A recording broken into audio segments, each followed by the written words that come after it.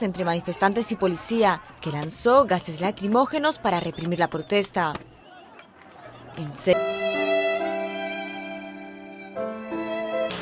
Nos encontramos en el año 2016. En ese entonces, el presidente Rafael Correa llevaba 9 años en el poder y entre diversas protestas que se presentaban para que deje el cargo, ocurrió un acontecimiento que de seguro lo tienes presente y que pondría a prueba la gestión política, económica y... Así es, estamos hablando del terremoto del 16 de abril de 2016. Esa noche, todo el territorio ecuatoriano fue sorprendido por un sismo muy fuerte que alarmó a toda la población.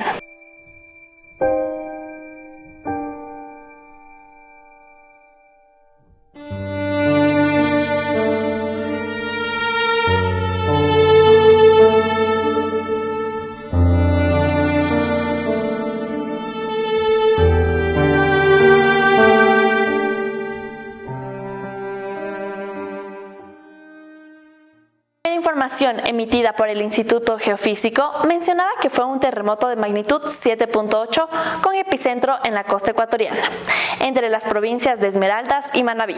Según la Secretaría de Gestión y Riesgos, el fuerte sismo se produjo como resultado del empuje de fallas poco profundas en el límite de las placas de Nazca y Sudamérica, lo que dejó como resultado las siguientes cifras. Pedernales fue una de las zonas más afectadas, dejando decenas de personas sin hogar. Gabriel Alcíbar, alcalde de la ciudad, se pronunció.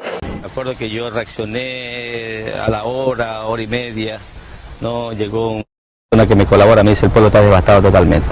Pero no todo es tragedia aquí. En vista de las secuelas, Ecuador recibió ayuda económica, vituallas y equipo de rescate de muchísimos países.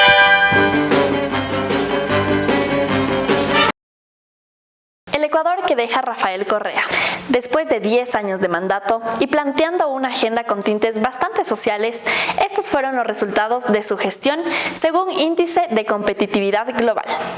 La escolaridad en todos los niveles aumentó, lo mismo que la esperanza de vida. También hubo mejoras en todas las categorías de infraestructura, carreteras, puertos, aeropuertos, electricidad, entre otros. La pobreza extrema, que afectaba en 2006 a 16.9% de la población, se redujo a 8.7% en 2017. Las restricciones y rigidez del nuevo marco laboral hicieron que Ecuador pasara del puesto 122 al 126. Correa gobernó durante un largo boom de materias primas que duró 8 de sus 10 años en el poder. La posición de Ecuador en el índice de competitividad global mejoró 7 puestos en este mandato.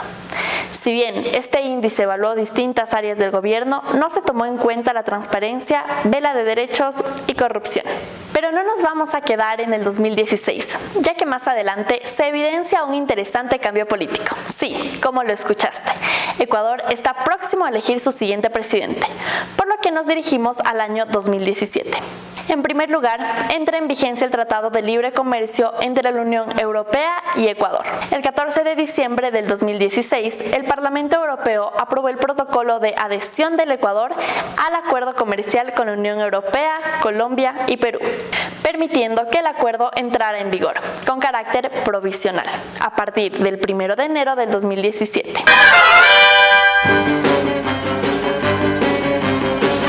El 19 de febrero fueron las elecciones presidenciales en donde Lenín Moreno, candidato de Alianza País, y Guillermo Lasso, representando al movimiento Creo y Suma, pasan a la segunda vuelta electoral. Las encuestas le daban la victoria a Guillermo Lasso con un total de 53.02% de los votos, frente a un porcentaje del 46.98%, pertenecientes a Lenín Moreno.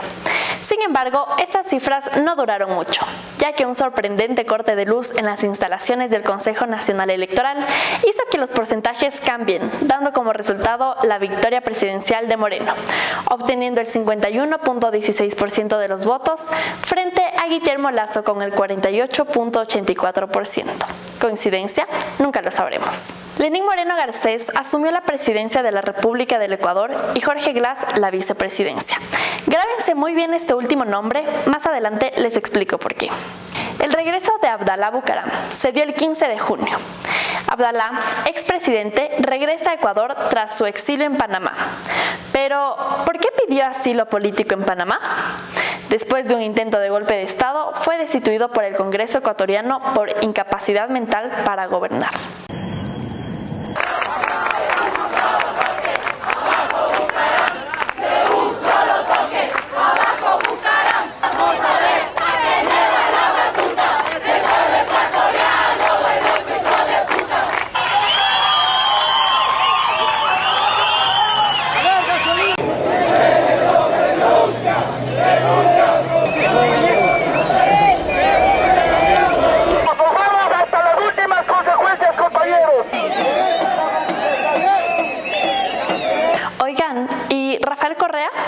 Pues el 10 de junio del mismo año anunció que viajaría a Bélgica de manera permanente con su esposa e hijos para compensar los 10 años que estuvo en Ecuador asumiendo el poder. Qué romántico, ¿verdad?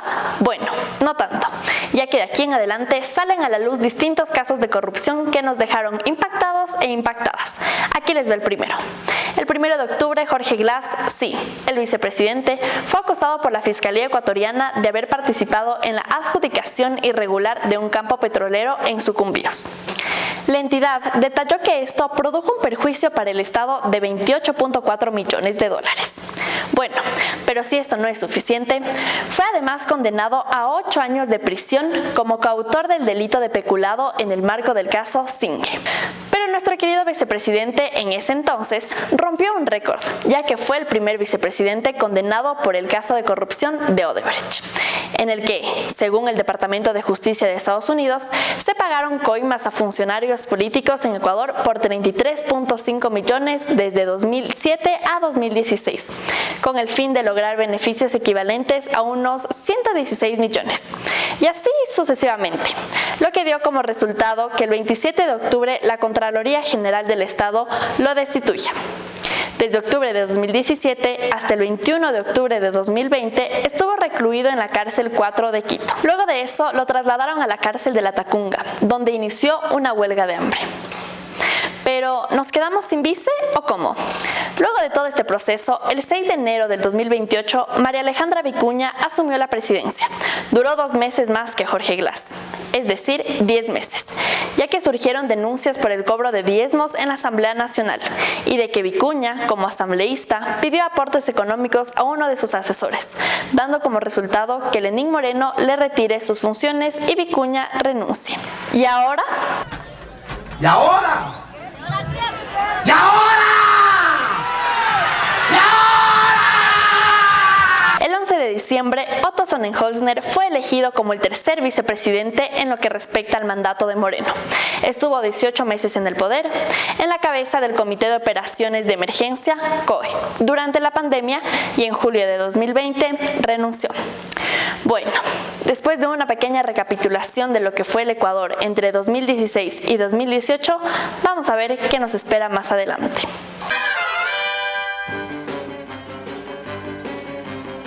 Si creíste que el 2018 fue un año trágico, espera escuchar lo que te contaré del 2019 y del 2020. Durante los 12 primeros días de octubre del 2019, la ciudadanía se levantó en contra del gobierno mediante una protesta. Como nos podemos dar cuenta, por un lado tenemos un pueblo enfurecido por las medidas tomadas por el presidente y por otro lado un gobierno sin fondos dando pataditas para salir a flote. Pero tranquilos, que a todo esto el presidente podía dormir tranquilo. Vaya año. A todo esto, el gobierno mandó a las Fuerzas Armadas a reprimir estas marchas, dejando varios heridos y varios detenidos. Hasta eso, las protestas no eran tan graves, pero apareció el primer muerto. En ese momento, el Ecuador vio un pueblo enfurecido y un abuso de autoridad impresionante. Para no alargarnos demasiado, finalmente tanta violencia generó algo. El grupo indígena y el presidente se reunieron a puertas cerradas por más de 5 horas para anular este famoso paquetazo. Y no es la primera vez que los indígenas paran medidas gubernamentales.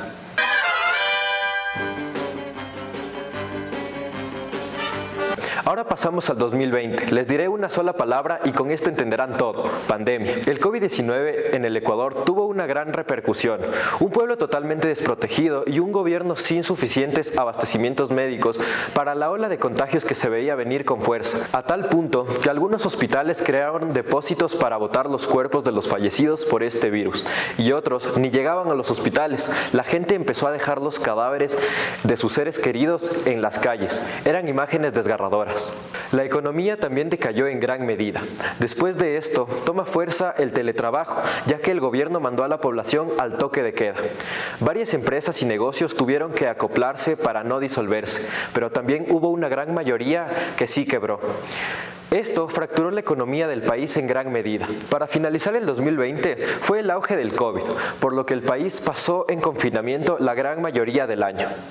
Esta década nos dejó muchos eventos de relevancia nacional, entre conflictos policiales e intentos de asesinato. En definitiva, una década de pulso político en Ecuador, llena de hechos que trascendieron con el tiempo y su relevancia sigue siendo punto de debate entre los ecuatorianos. Y hasta aquí los top momentazos de hoy.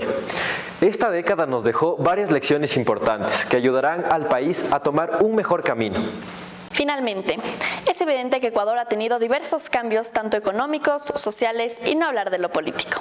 Lo cierto es que es nuestro deber como ciudadanos elegir a nuestros gobernantes de una forma responsable y crítica. Sin embargo, no cabe duda que también es responsabilidad de las autoridades que están en el poder por nuestro voto dar cumplimiento a las diferentes propuestas que escuchamos cada 4 años.